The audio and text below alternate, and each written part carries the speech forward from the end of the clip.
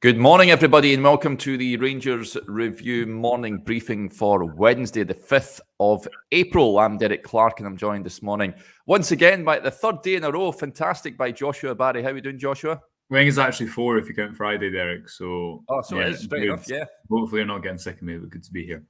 Yeah, absolutely not. It's great to have you on as ever. Right, before we talk Rangers, folks, and there's plenty to talk about. Big news, of course, yesterday with regards to a change in chairmanship. Just a quick word for our podcast sponsor, Seneca Hair Restoration, the #1 hair transplant group in Europe. If you're looking to restore some lost self-confidence, perhaps, then these are the guys to go to. And as ever, I've bunged the website link and the social media accounts to Seneca in the description box. So do go check them out if that is something that you're thinking of. And also, you can see the little ticker below if you're watching us on YouTube, Facebook, and Twitter this morning. You can take advantage of the website. Just £2 for 2 months worth of content. It's an absolute bargain. Head over to rangersreview.co.uk/subscribe to sign up. And if you sign up today, you'll find a great second part of Joshua's interview with Neil Banfield, where he discusses his time at Arsenal. Very interesting, Joshua. He's worked with some of the best talent in the game, hasn't he? Arsene Wenger, of course, legend down there at Arsenal. He was well trusted by the Frenchman, and he's worked with some top talent coming through there. Yeah, great stories. Obviously, yesterday's piece was kind of more focused on Banfield, the person, his journey with Beale, his journey to Rangers. This looks a bit more at his time at Arsenal. He was really important, really kind of central in helping to revolutionise the step from youth team football to first team football. Derek, kind of scrapping the old reserve model. It started when Banfield was first asked in, I think, 2002, maybe just before, to be the reserve team coach at Arsenal. And bearing in mind he came as an under-14 coach, that was quite prestigious, but he said no because he felt that he wanted to be head of academy and he wanted to be involved with players trying to get somewhere, as opposed to kind of disgruntled first team players who were just put in the reserves, and there they were. So knocking heads together with Wenger, they came up with this elite group, under 23 group, which kind of encompassed all the best players around a certain age group, and provided that gap between, as I say, youth team football and first team football. And if you think of some of the names, obviously the top ones being the likes of Wilshere, Serge Gnabry, Cesc Fabregas, Ashley Cole, just so many players he's worked with. But what I found really interesting, Derek, and encouraging was, we spoke yesterday, I think, about how well I found Banfield came across. I think how humble a character he is, despite having worked with these players and worked at this level of football. You know, when he'd go on to be the first team coach, he'd work with Van Persie, Ozil, Cazorla, some of the best players in the world. But he spoke with as much excitement about the likes of Luke Ayling, or I'm trying to think of another, Nicholas Bentner, players who hadn't made it at Arsenal but had made a career elsewhere. And he was very big on that. So, yeah, that's a bit of an insight into working with Wenger, his journey at Arsenal through the youth development system. And I think it's a reminder as well, Derek, of the kind of expertise that Beale has on his staff with Banfield. Having spent 21 years at Arsenal, I'm sure he knows quite a lot about youth development and getting players to that next stage, which can only be a positive for Beale. Yeah, I think Rangers will get a very experienced coach on their books. So, yeah, very interesting read, folks. Do go check it out this morning on the website. Right, okay, the big news affecting Rangers yesterday, Joshua, was a bit of a shock announcement, you could say. Douglas Park stepping down as chairman, and John Bennett will take over from him. Rangers released a statement yesterday. I'll just read it, folks, if you haven't been made aware of it. It says, Douglas Park, who's been chairman of Rangers International Football Club PLC for 3 years, has decided to step down from his role. The RIFC board unanimously agreed to install the current vice chairman, John Bennett, as the club's new chairman. Douglas became chairman of Rangers at the end of March 2020, assuming the role in the most challenging of circumstances. He became chairman at the onset of the COVID pandemic and went on to oversee Rangers winning its 55th Scottish League title, reach a major European final for only the 5th time in the club's 150-year history, and lift the Scottish Cup for the first time in over a decade. Douglas also led significant investments in the infrastructure at both Ibrox and Auchenhowie. Douglas said, it's been a great honour to serve the club as director and chairman. During my 8 years in office, we endured extraordinary pressures. I am glad we have stabilised and strengthened the club, and it's now time for me to hand over the baton to a new chairman for the next stage in the club's development. I look forward to continuing to attend matches supporting the team, and I wish John and all at Rangers Football Club the very best. Chairman John Bennett said, on behalf of all my colleagues and indeed the entire Rangers family, I want to sincerely thank Douglas for his 8 years of service. Over the last 3 years, he led the club during exceptionally challenging times. It's a source of great comfort that Douglas, although no longer a board member, will be by our side to support us in our relentless pursuit of success. Good to see, Josh. I know there's some comments coming in here. CGM 55 says, only question about this I have is why announce it this week? Surely wait until the end of the season. I was surprised and not at the same time. I think along with CGM 55, I think perhaps at the timing was the most surprising thing. What did you make of the announcement yesterday? Yeah, I agree with most people. I thought if it was going to happen, it would be in the summer and not kind of a few weeks before the end of the season, especially in a week like this when there's an Old Firm game coming up, which is going to play such a big part in the outcome of the season, and a Scottish Cup around the corner, a Scottish Cup semi-final around the corner as well. I think Douglas Park will rightly and deserves a lot of thanks, just as Jim is saying there. You know, he's someone who put a lot of money into the club when he didn't have to. I'm sure in time as well, people look back on the achievements that he did preside over, namely being obviously that league title, getting to a European final.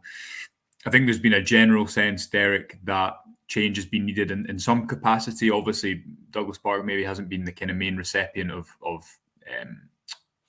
whatever banners, whatever have been seen at games, protests that have been seen at games. I think what John Bennett will give you is probably more communication, and we can come on to that. The thing with Douglas Park is obviously you didn't really know much about him maybe as people would have liked to, obviously, because he wasn't someone to do, it was telling that it was Bennett that did an interview with the club channel. Maybe was it near the start of this season? Sometime around then. I think it was this season. October time, I think, around about that. I might be mistaken, folks. Do let us know in the comments, but I think there was a fair bit of the season that had already passed, I think, before he came out and done that interview. So I think there is a general feeling within a lot of people within the Rangers support base, probably, that they want a figurehead, they want that communication from the top. And I think one of the difficulties, one of the reasons there's been a lot of frustration in different formats over the last number of months is that there isn't, aside from the manager, really that person to come out, whether it be a sporting director or someone from an executive level, which Bennett will maybe give a little bit more of. I don't think there's any surprise that it's him that steps up and takes that position, Derek. But no, I think there will be rightly a lot of appreciation for Douglas Park and what he gave to the club in the time he served. But surprised at the announcement. I presume you similar surprise at the announcement, but maybe not as surprised that it was going to happen at some point. Yeah, I think that the writing was on the wall at some point. But lots of comments coming in thanking him, and I think we echo those sentiments as well. Denzel says, I thank Douglas Park and wish him success and good health in the future. Interesting point as well. David Andrews says, the man put his own money into the club when it was heavily needed. We'll hold him in a positive light regardless of people's frustrations. And that was echoed by Alan, who says he invested a lot of his own money into the club and always challenged the SPFL board. He helped us to get rid of Mike Ashley and win 55. I think, if history will look back fondly on Douglas Park's time as chairman, of course, as the statement read out. He did, was at the helm when Rangers won 55, and of course it seems a lifetime ago now, but it was such a milestone achievement for Rangers at the time. So we wish him all the very best in the future. An interesting point raised by Ross. He says, are there any links, or is it purely coincident that Park has stepped down the same week we issue a new share issue? Not entirely sure. We'll try and get to the bottom of that, Ross, with regards to that. Of course, the 7.7 million shares being released earlier on this week. So it will be interesting to find out what the the backstory is with regards to that. But yeah, Rangers have a new chairman in John Bennett, and there was a couple of comments coming in saying hopefully the communication, which is something that's been levelled at the board, Joshua, that perhaps there's not been enough communication at boardroom level and the supporter base. John Bennett, as you touched on, gave that interview to Rangers TV earlier on in the season. And I think that's it's fair comment. I think a lot of supporters just want to hear more from the guys behind the scenes in the boardroom level, just a bit of transparency, I think.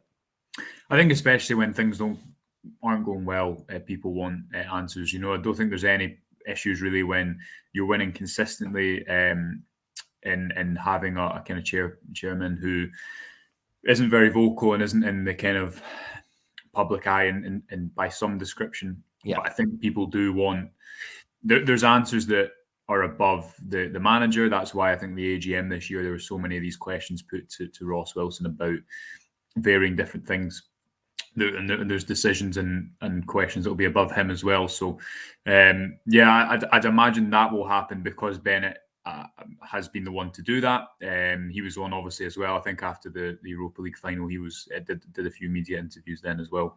But yeah, no surprise that he's the one that steps in, Derek. And it's hard to know from the outside looking in just how much the chairman steers things. I guess it will differ from person to person. Will John Bennett being there will allow him to put in some new ideas that he's wanted to, will allow him to drive things in different ways? We'll have to wait and see. But yeah, no surprise that it's him that is the one who steps into Douglas Park's shoes. Yeah, big Rangers fan is John Bennett. He does speak well, but it was an interesting point, this comment coming in here. Bennett was quite critical of the club's lack of comms following the window closure post-PSV. Yeah, he was, and he said they had to communicate better. So it remains to be seen if the communication level does increase with John Bennett at the helm. But yeah, the big news yesterday, folks, is Douglas Park has stepped down as chairman and John Bennett has taken over. Right, let's look to on-field matters, Joshua. A big game coming up, of course, on Saturday when Rangers travel across the city. The match officials have been confirmed. I think a few eyebrows raised, it's fair to say, with Kevin Clancy being announced as the match official. Got to say, I have my concerns with him taking charge of such a high-profile game. I think he's been front and centre of a number of clangers now involving Rangers down the years. Michael Beale touched on, of course, there'll be no Rangers fans at Parkhead, and just the pressure that will intensify on the match referee. He says it impacts it because it's very hostile when you go. I think the referees are under a huge amount of pressure.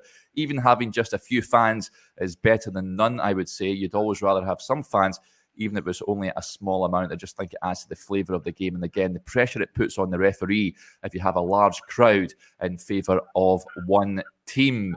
There will be a lot of pressure on them. Just to give you an idea of who's the officials that will be behind the scenes as well. Nick Walsh will be on VAR.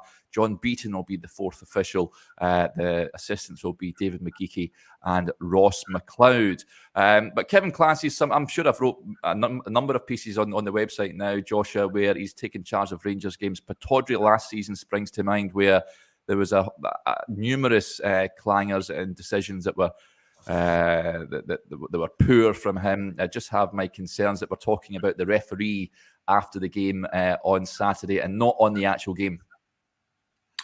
Yeah. I mean, I think whoever the referee is, there's going to be an element of build up into a game like this. There's been so much focus on referees as well, not just to do with Old Firm games, but if you watch Sports Scene at the weekend, I just skip through a bit of it. VAR and referee decisions just seem to be front and center so much. And I think that becomes a bit of a vicious circle because poor decisions, pardon me, are made. You'll only have to think back to the kind of semi-final against Aberdeen when the VAR cut out for 10 minutes or whatever it was. Yeah, I forgot about that. Time, yeah. So I know that Ian Maxwell came out and spoke about it the other day. I'm sure they'll feel maybe that the summer will be welcome to allow them to iron out some creases. But yeah, I mean, there's definitely a whole wider conversation to have, which I'm probably not best qualified for, about full-time referees in Scotland and whatnot. You just always hope that we're not talking about referee decisions after the game, because more than anything, I just find it really boring, and I don't keep up to the rule books like our friend Stevie Clifford does. So yeah, we don't have to do that. Yeah, he is a match referee as well in his spare time. We'll get Stevie's view on it. He's joining me on Friday, folks. So we'll get Stevie on there and we'll have a good old chat, mostly about Rangers, of course. But that is the match official, Kevin Clancy. So hopefully we're not talking about any clangers at the end of that game. We're talking about a Rangers good performance and a victory at the same time. As well. Michael Beale has been talking as well, Joshua, obviously about the summer and the summer of change that is looks to be on the cards. He's admitted he's well aware the group of players will be completely different come the beginning of pre-season. He said, I have to tackle each game as it comes. The 3 games against Celtic, he was implying to, are going to be different from no away fans to a 50-50 split at Hampden. That's going to have a difference on everything. For us as a team, it's been a long time since I came in. The last time we lost in the league was the first week in November. We're now into April. It's been a long time, 20 weeks of good form in the league. We just need to keep repeating it. I don't care if we don't get any praise from outside. I've got to see the progress inside. I'll judge us in the next game. But listen, I know this group is going to be completely different in 11 games' time. But I can't deal with pre-season until this season is done. Do you think there's an element of just trying to get this season over and done with, Josh, at the moment, at this moment in time, from Michael Beale's words there, and from certain fans, from fans that I speak to? It's just, let's just get to the summer and let's get this squad that he's looking to shape together. What's your feeling towards it? It's a great run they've been on, and he's right to say that the last defeat, of course, was back in November under Giovanni Van Bronckhorst. I think we touched on it yesterday when Johnny was on the show. It's been title-winning form from Rangers this season, and they are getting a bit of praise. It's fair to say from the Rangers support, but I guess from Michael Beale, not from further afield. Not that you'll be bothered about that, but this season, is it one that you just hope to see the back of pretty sharpish?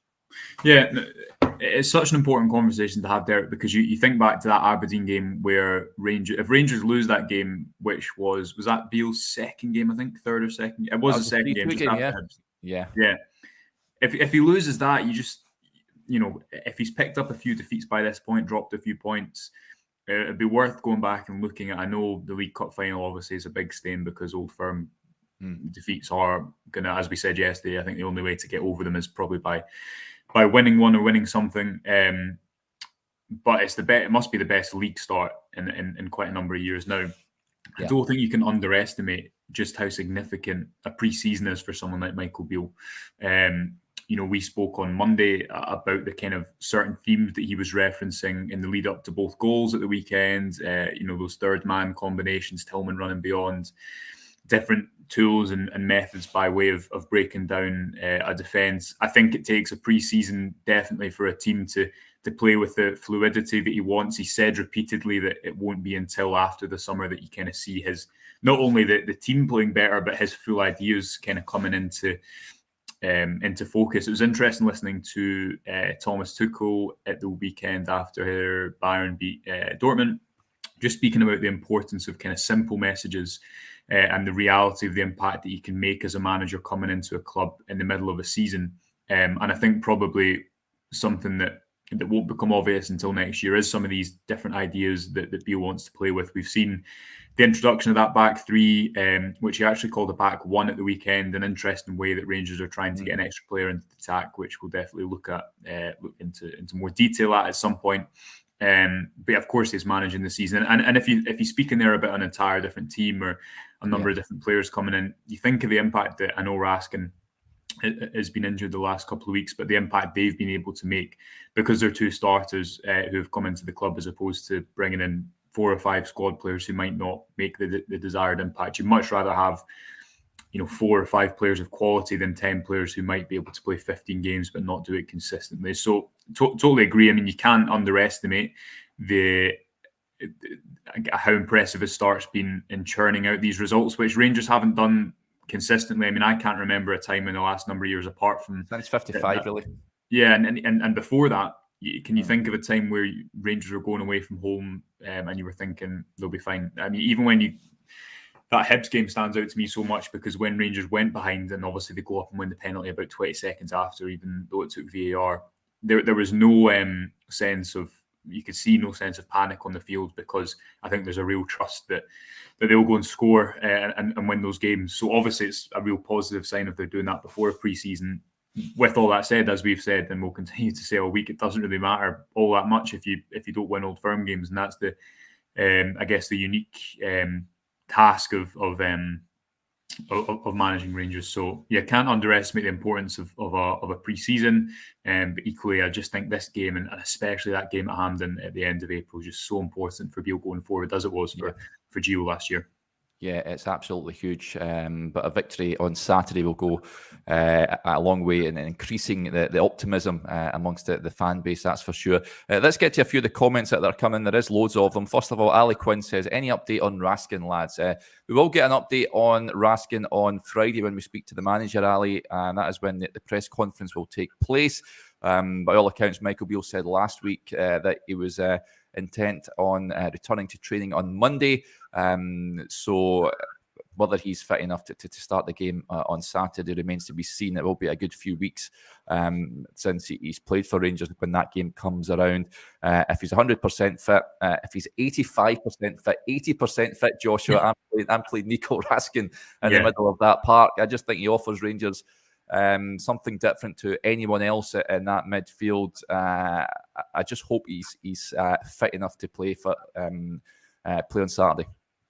Yeah, I think when he came on in that final, although the game had kind of swung a bit by that point, so it's hard to judge.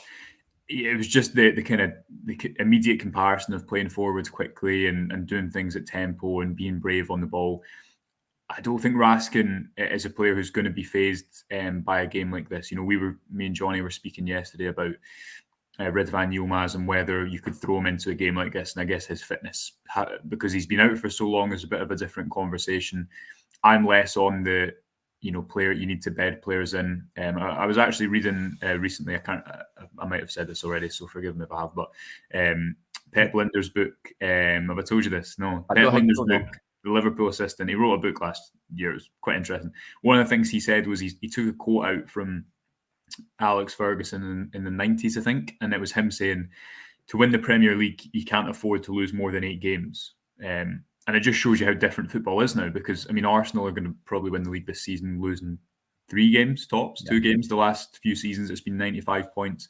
I just think football's changed so much since, Johnny's heyday that he loves to hark back to. But so all that to say, I'm more of a throw players in if they're better. I think the final shows that the starting 11 needs freshness in this fixture. I think they've lost too many important games to have for there to be loads of outside confidence going into a game like this. If Raskin is fit at all, he has to be in there for me, Derek. Equally, there's always that risk of what I think we saw with Tillman in the final. If you do rush a player back and they're not back to full fitness, then obviously that's going to impact the game. If Raskin isn't fit, I think it's going to be Jack and Lundstrom, because I don't see Kamara being thrown in there unless Beale opts to go with something different. I also heard Chris Boyd speaking on Sky yesterday about the potential of a false 9, which I was interested. I know he's been quite critical of Alfredo Morelos recently. Obviously, Joe Aribo did that towards the end of last season, I think, in that game at Parkhead, that 1-1 draw. So I just thought that was an interesting aside, especially kind of Boyd mentioning that, knowing what it's like to play up top in the fixture. But if Raskin's there, Derek, play him. Yeah, absolutely. Totally agree with that. Let's get to a few more comments that are coming in here just now. Point here, just on the summer in Michael Beale's comments, William says, how many first team squad players do you see leaving? I'm thinking about 8. Right, this in talking sake, Morelos goes. I'm quite hopeful Kent will stay. Joshua, I don't know. It's just based on a hunch, but I think Kent and Jack, the 2 ones that are out of contract, I think most likely to stay on. I'm not sure about Alan McGregor. I know. No, surely, come on, don't do this. I mean, well, he's not giving anything away. He's not going to take a coaching job by all accounts. He doesn't want to be number 2. But let's take McGregor as read. Morelos goes for me. I think Arfield will leave. There's two. Hollander, you'd imagine, will be leaving. Davis, probably. Stephen Davis, yeah, absolutely. Although hope his recovery is going well. There's four. Who else? Not right. I think a lot of like squad players, you might see a few go from there. I mean, Rangers need to sign a keeper. I think you've just written a great piece in McGregor. Everyone, I think very appreciative of 500 appearances, but there's also a time, isn't there, to sign new players, and I think we can speak surely on the presupposition that that's going to happen. If we have to go through another season of is Robbie McCrory going to be Rangers number one, who plays between John McLaughlin and Al McGregor, I don't think I can do another. Well, I'm glad you brought that up, because Michael Beale did touch on that. I thought it was an interesting. You always get lots of tidbits from his press conferences, and that was an interesting line. He said that he will get the opportunity this season. Robbie McCrory, he has been injured for much of the time that he's been back, so I think it's only a matter of time before we see Robbie between the sticks. He certainly trusts him, the manager, and he's going to give him a shot. When do you foresee that happening? Do you reckon anytime soon? Yeah, I don't know, because obviously if there is something to play for by the end of the season, then it's difficult to throw him in. But you're right, he has mentioned it a number of times that he wants to give him an opportunity. Obviously, McCrory was in goals when Beale was the impromptu manager alongside Gary McAllister towards the start of last season, which just feels about 5 years ago, in that game against Alishkert and that Old Firm victory. Could see him getting some game time. I mean, if anyone deserves it, I think he does for waiting around so long. Obviously, the age difference between when Al McGregor stepped up and Rory McCrory is at the moment isn't kind of too different. I'd be surprised if he's the number one next season. Derek, you've also got to think you've still got John McLaughlin in there, but then surely Robbie McCrory is not going to stay around to be number two. So, maybe there could be more change than we think. I think definitely, as we said before, another defender comes in, and then you've got someone like Borna Barisic in the last year of his contract. You've got someone like John Lundstrom in the last year of his contract. Kemar Roof last year of his contract. Don't think he's going to get renewal. It goes without saying, but there is a potential for a lot of change. And as I say, I think if the signings of Raskin and Campbell have demonstrated anything, it's that freshness is, especially when you're playing 60 games a season, you need fresh players to come in and do something different. Yeah, you certainly do. It's going to be a real summer of change at Ibrox. Of that, there is no question. A lot of decisions that the manager, and he did say in that press conference as well, that a lot of the decisions have already been made. Yeah, he's been cryptic, hasn't he? Because he has been cryptic. He said that a lot, kind of insinuating that either player futures have been decided. It is difficult sometimes, I think, to keep up with what Beale's saying, because you go back to that Morelos comment.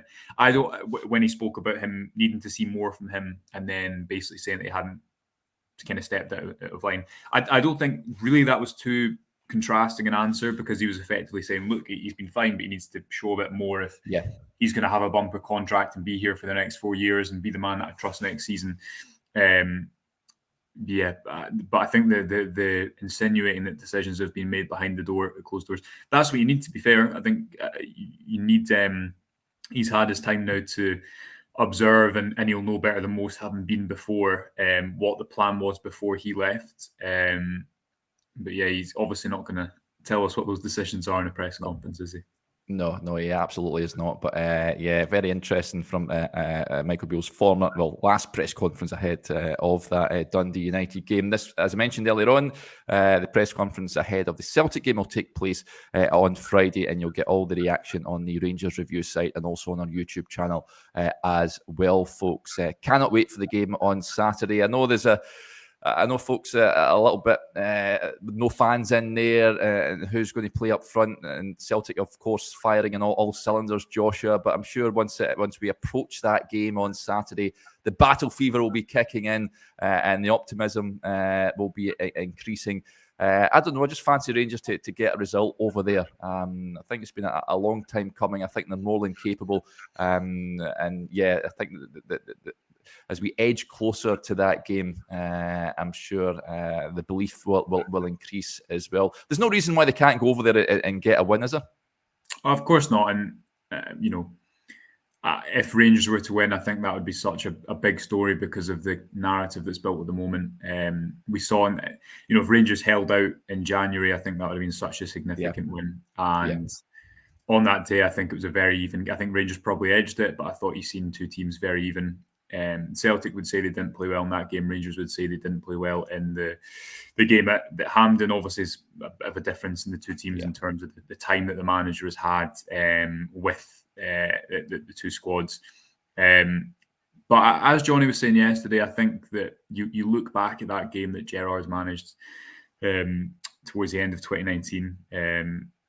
It takes big performances at times, and football, I think, shifts on these types of games. So yeah, I'm sure Beale will be confident with the likes of Raskin, Tillman, Cantwell in there. Hopefully, Ryan Kent continuing to improve as he has, I think, since Beale has arrived.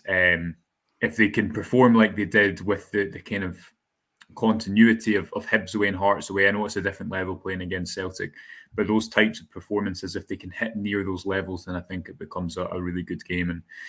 And they just need to have a performance, and I think that's why it comes in, why I'm so pro, I guess, mixing it up and playing new players and making it fresh, because that you've seen that movie before is a bit of a cliche thing, but with certain players you have, and I think certain players have had their opportunity maybe in these games, and the likes of Raskin and Cantwell playing is an absolute no-brainer. Yeah. I'm looking forward to Saturday. This is your last show of the week, Joshua. We'll catch up on Saturday, no doubt, when we do our usual pre-match and post-match videos, folks. If you're not at the game, then or if you are at, you won't be at the game, obviously, because no one's getting into Parkhead. But keep your eyes peeled for that when we'll do the pre-match videos. If you haven't tuned in before on the match day, we give our reactions to the lineups when they drop, and we'll also come on afterwards and do a post-match reaction video as well. So we hope you can join us for that. I'll be back again tomorrow with Chris Jack, who should be on with me as we look ahead to the game. But until then, enjoy the rest of your Wednesday. Bye.